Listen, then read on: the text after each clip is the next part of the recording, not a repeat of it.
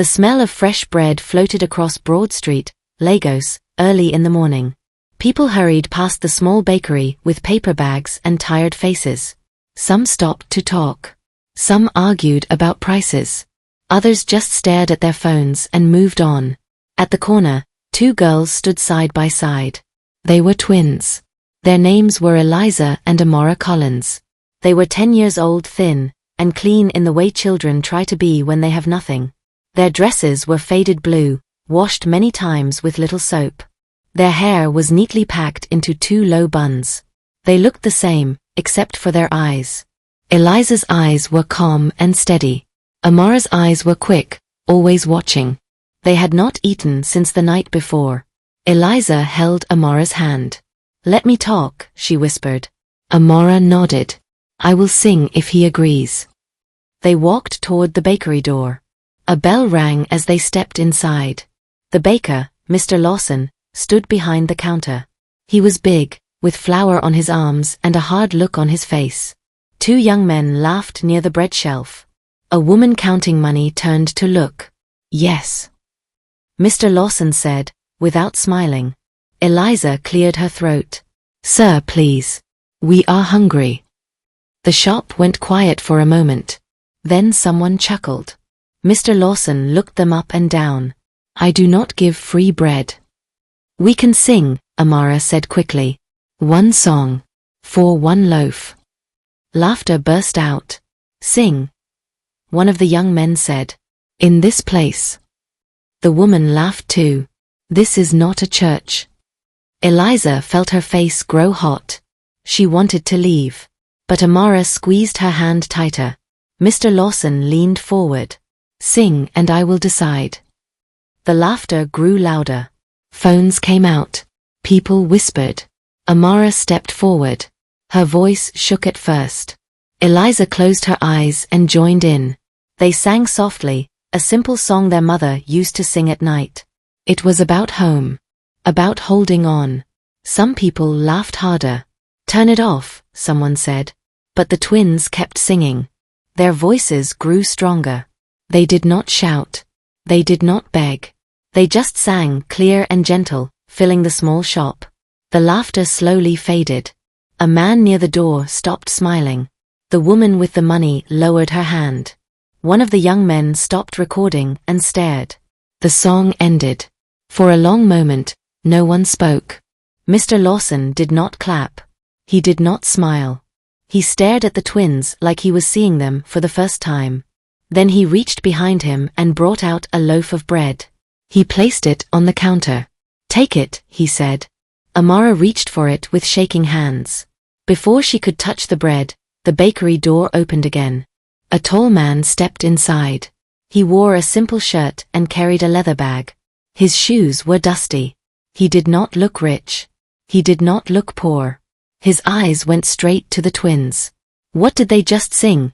he asked quietly. No one answered. The man moved closer. He looked at Eliza, then at Amara. His face changed. His hand tightened around the bag. "Sing it again," he said. The shop went silent. Eliza felt Amara's fingers tremble in her hand.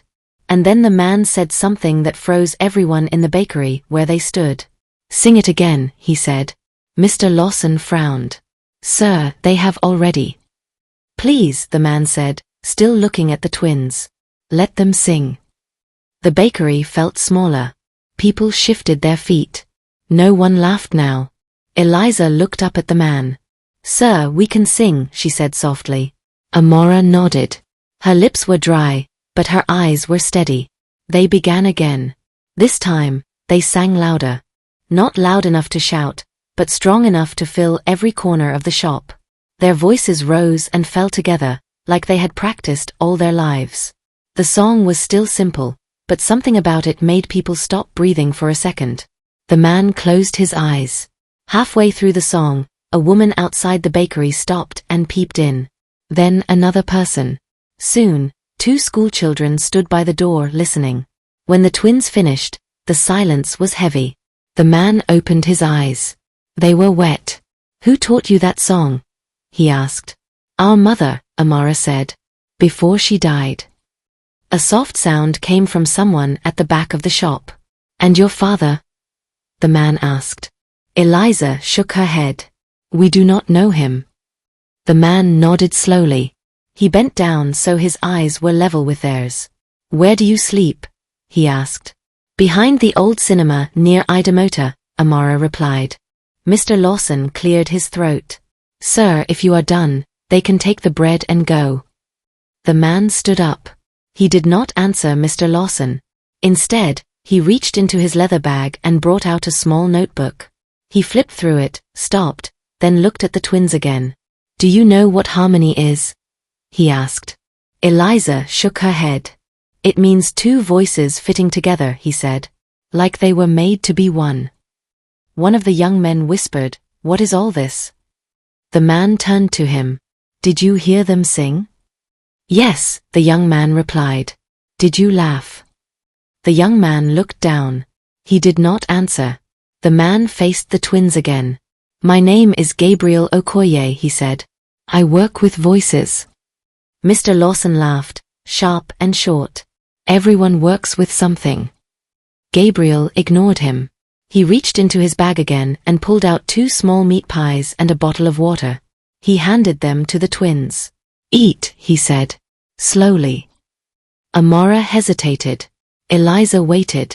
"It is all right," Gabriel said gently. They ate. People watched them like they were watching something important happen, but no one understood what it was. When they finished, Gabriel asked, "Would you sing somewhere else if I asked you to?" Eliza looked at Amara. Amara looked back. "Yes," they said together. "Even if people laugh again?" he asked. "Yes," Eliza replied. "We are used to that." Gabriel straightened. His face hardened, not with anger, but with a kind of decision. "I have a rehearsal this afternoon," he said. "Not far from here. I want you there." Mr. Lawson slammed his hand on the counter. "This is nonsense. They are children." Gabriel turned slowly. "They are voices," he said. "Rare ones." He looked back at the twins. "Can you find your way to Tafawa Balewa Square?" Amara nodded. "We know the road." Gabriel wrote something on a piece of paper and handed it to Eliza. "Show this to the man at the gate." Eliza took the paper like it might disappear. As Gabriel walked toward the door, one of the women finally spoke. "Sir, what if they fail?" Gabriel paused. He did not turn around. "Then Lagos will forget them by tomorrow," he said. "But if they do not?" He opened the door and stepped out. The bell rang softly. The twins stood there, holding a piece of paper that suddenly felt heavier than the loaf of bread ever did. The sun was high when Eliza and Amara reached Tafawa Balewa Square. Their feet ached, but they did not complain. They held hands as they walked past busy roads, buses, and shouting traders. Lagos moved fast around them, but for once, they were not invisible. At the gate, a tall man in a black shirt stopped them. "Where are you going?" Eliza brought out the paper Gabriel had given her. The man read it, raised his eyebrows, then looked at the twins again. "You are the singers?" he asked. "Yes, sir," Amara replied. He waved them in. Inside, the place felt different. It was wide and quiet in some parts, noisy in others. Chairs were arranged in rows. Microphones stood on tall poles. A few people moved around with papers and water bottles. Eliza's heart beat fast. She had never seen anything like this. They spotted Gabriel near the front, talking to a woman with glasses. When he saw the twins, he stopped and smiled, just a little. "You came," he said. "We said we would," Amara answered. The woman with the glasses looked them over. "These are the girls." "Yes," Gabriel said. "This is Mrs. Adebayo." Mrs. Adebayo crossed her arms. "They are young." "They are ready," Gabriel replied. She sighed. "We will see." They were led to a seat at the side. Other singers filled the hall. Some were teenagers. Some were adults. They wore clean clothes and held folders. A few glanced at the twins and whispered. One girl leaned over and said, "Are you lost?" "No," Eliza said calmly. Rehearsal began. Voices rose and fell. Some were strong. Some were weak. People stopped and corrected each other. Then Gabriel clapped his hands. Next, he said. He looked at the twins. Amara froze. Eliza stood up first and pulled her along. They walked to the front. The room went quiet, but not kindly. Faces watched them with doubt.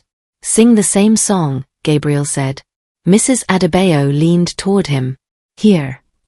Yes, he replied. Amara took a deep breath. Eliza began the first line. Amara followed. Their voices met and blended, smooth and clear. The room changed. One by one, heads lifted. A man holding a pen stopped writing. A woman near the back covered her mouth. Even Mrs. Adebayo straightened. The twins sang like they were alone, like no one could hurt them there. When they finished, no one clapped. Then a slow clap started. One person. Then another. Soon, the room filled with applause. Mrs. Adebayo spoke first. Who are they? Gabriel answered. They are Eliza and Amara. She nodded. They stay. A tall boy at the side scoffed. This is not a charity show. Mrs. Adebayo turned sharply. Neither is talent charity, she said. The twins were led back to their seats. Someone gave them water. Someone else offered biscuits. Amara smiled for the first time that day. During a break, Gabriel crouched beside them. You did well. Eliza nodded. Thank you, sir. There is a performance tonight, he said. Important people will be there. Amara's smile faded. What if we make mistakes? Gabriel looked at her. Then you learn. But I do not think you will. Before Eliza could reply, a man in a dark suit walked toward them. He spoke quietly to Mrs. Adebayo. Her face changed. She turned and pointed at the twins. The man frowned. Those ones. Yes, she said. He shook his head. They cannot go on stage. The room fell silent again. Eliza felt her throat tighten. Amara's hand slipped into hers. Gabriel stood up slowly. What is the problem? He asked. The man folded his arms. They do not fit the image. Gabriel did not speak at once. He looked at the twins. Then at the stage. And then he said something that made everyone in the hall turn to listen. They will go on stage, Gabriel said. The man in the dark suit stared at him. You are not the final voice here. Mrs. Adebayo stepped forward. This show has sponsors, cameras, a plan. Gabriel nodded. And it also has music. The room stayed quiet. People watched the twins without hiding it now. Some faces were kind. Others were not. Eliza felt small. Amara felt her heart beat fast. She leaned close to her sister. If they say no, we leave, she whispered. Eliza nodded. The man in the dark suit checked his watch. We cannot waste time. They sing well, yes. But they do not look ready. Gabriel took a breath. Then let them prove it. How? The man asked. Let them sing with the full group, Gabriel replied. Right now. Mrs. Adebayo hesitated. Then she waved her hand. 1 minute, she said. One song. The singers moved into place. The twins stood in the middle, smaller than everyone else. A few people rolled their eyes. One woman shook her head. Gabriel lifted his hand. The music began. It was faster this time. Harder. Voices rose together. Eliza and Amara joined in, steady and calm. At first, they blended in. Then their voices rose above the rest, clear and sure, like they knew exactly where to go. People looked up. The tall boy who had mocked them earlier missed his line. Mrs. Adebayo's pen dropped to the floor. The song ended. Silence followed. Then Mrs. Adebayo spoke. They stay. The man in the dark suit opened his mouth to argue, then closed it. Fine, he said. But they must be cleaned up. Cleaned up? Amara asked quietly. Hair. Clothes, he said. Tonight is live. Gabriel turned to the twins. We will fix it. They were taken to a small room behind the stage. A woman brought combs. Another brought simple clothes that fit, not fancy, just neat. The twins watched each other in a cracked mirror. "We look different," Eliza said. "We look like ourselves," Amara replied. As the sun lowered, the hall filled. People in fine clothes took their seats. Lights brightened the stage. Screens turned on. Gabriel knelt in front of the twins. "Remember," he said, "sing like you did in the bakery." Amara nodded. Eliza held her hand. They stood behind the curtain. The sound of the crowd was loud. Someone announced the next act. "The youth choir," a voice boomed. The curtain moved. They stepped forward. For 1 second, the crowd laughed. Not loud, but enough. Eliza felt it. Amara heard it. Then the music started. They sang. The laughter stopped. Faces changed. Phones lowered. A woman in the front row leaned forward. A man wiped his eyes and did not know why. The twins sang like the stage was their home. The last note hung in the air. For a heartbeat, no one moved. Then the hall erupted. Claps. Shouts. People stood up. Backstage, the man in the dark suit stared at the screen. "Who are they?" he whispered. Before anyone could answer, a woman near the front row stood and pointed. "Those girls," she said loudly, "sing the song again." The crowd began to chant. Again. Again.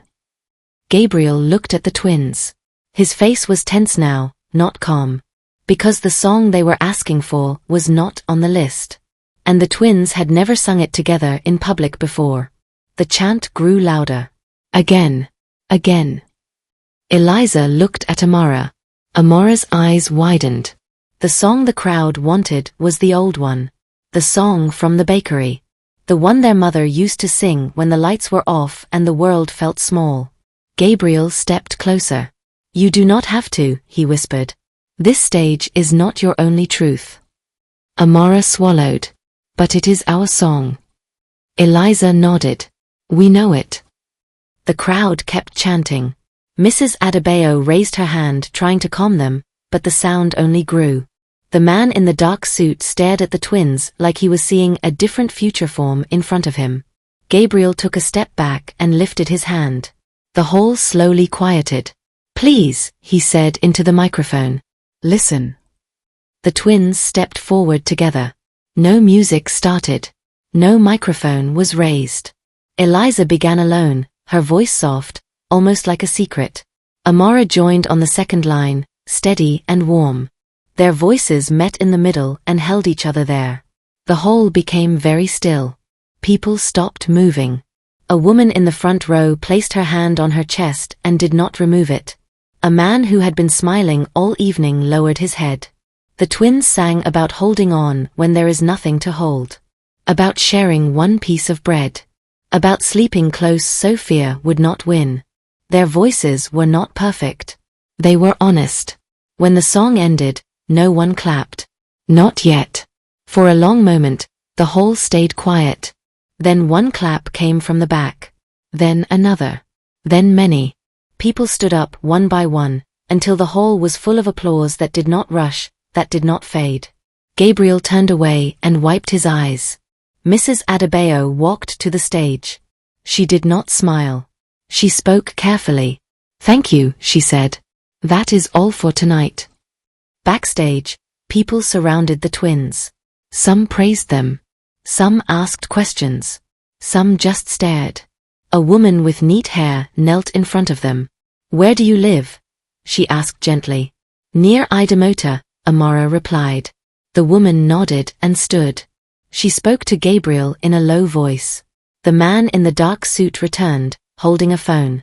"Sponsors are asking," he said. "They want to know who they are." Gabriel looked at the twins. "They are Eliza and Amara Collins." "And their parents?" the man asked. Gabriel paused. "They do not have parents." The man's face changed. "Then arrangements must be made." Eliza heard that word and felt her stomach turn. Arrangements. It sounded like being moved again. Mrs. Adebayo raised her hand. "Tomorrow," she said. We talk tomorrow. The hall emptied. Lights dimmed. The twins sat on a bench, holding hands, their legs swinging. Someone brought them food. They ate quietly. Gabriel returned and sat across from them. You did something important tonight, he said. Amara looked up. Will we sleep behind the cinema again? Gabriel did not answer at once. There are people asking questions, he said carefully. Some kind. Some not. Eliza's voice was small. Do we have to choose now? Gabriel shook his head. No, not now. A woman appeared at the door and called Gabriel's name. He stood. I will be back, he told the twins.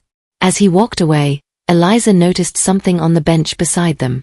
The loaf of bread from the bakery. It was still there, wrapped neatly.